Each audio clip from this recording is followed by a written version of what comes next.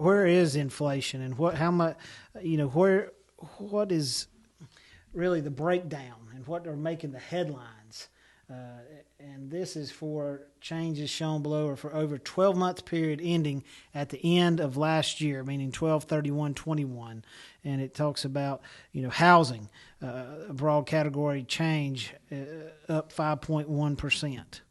Food up 6%, medical care up 6%, transportation up 21%. That means, like, what is that? Well, that's car and truck rentals. That's amazing. 36% increase in the price of car and truck rentals. That's right. Sport, biking, that became a big thing during COVID when everyone was locked down and coming out. And as we've recovered, is recreation up 3.3%, but the specific sporting vehicles, such as kind of a subcategory in that broader category, is up 7.8%. Right. So, kind of with the low interest rates that we've had so long, we haven't really seen a huge jump in inflation. Inflation's probably been below average over the last decade. And what we're seeing is kind of catching up a little. Part of this is just catching up. There's some other things. The pandemic could have affected the price of items, through supply chain issues and things like that.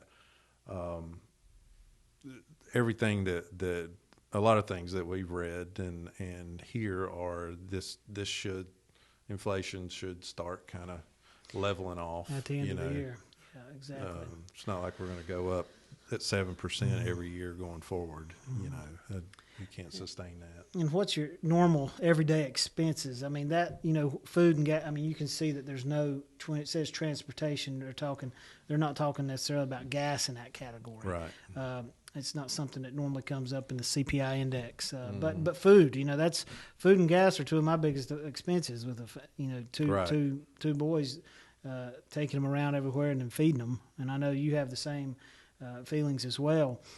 Food's up 6%, but there's individual subcategories: meat, fish, poultry, and eggs. It's up 12.5%. So that's why the old grocery bill has certainly increased, to say the least. And even restaurants, they're having to pass that increase on to their there's so many factors to their patrons. We could spend an hour just talking about how all that all plays together, and it's really interesting. But labor costs, gas prices to deliver food, it all plays a part, and it's just kind of all coming to a head. But that doesn't mean that there's not profitability in corporations out there right now.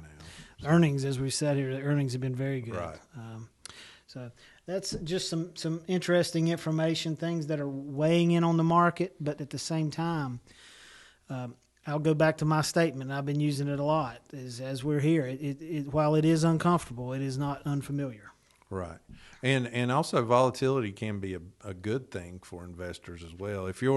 And most of us that are in the work world are contributing to our 401ks each pay period, or whatever our retirement savings vehicle is. And if you're not, you should go talk with somebody about finding a vehicle. But you're putting in on a regular basis each month, or every 2 weeks, or each week, or however your pay period is, into those investments, and you're buying during this time of volatility. So if it's a day that the market's down, or a week that the market's down, you're buying cheaper than you could have a week before that, right?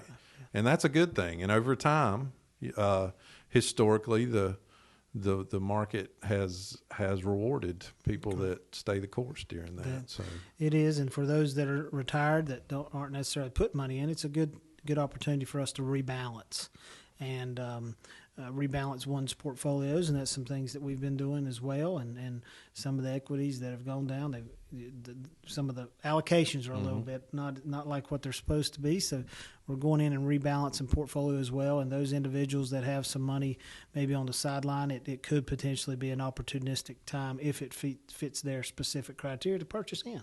Things are at a lower price. So I think we've shown that the markets are not going to end tomorrow, most likely. You never know anything for certain. But we have more stuff to worry about if that occurs. Right. I'd certainly think. And but there could be opportunity. There's always opportunity in every situation. It's just you have to look for it, and making sure that your philosophy and strategy is on pace and you stick with it is probably the key to a successful investor.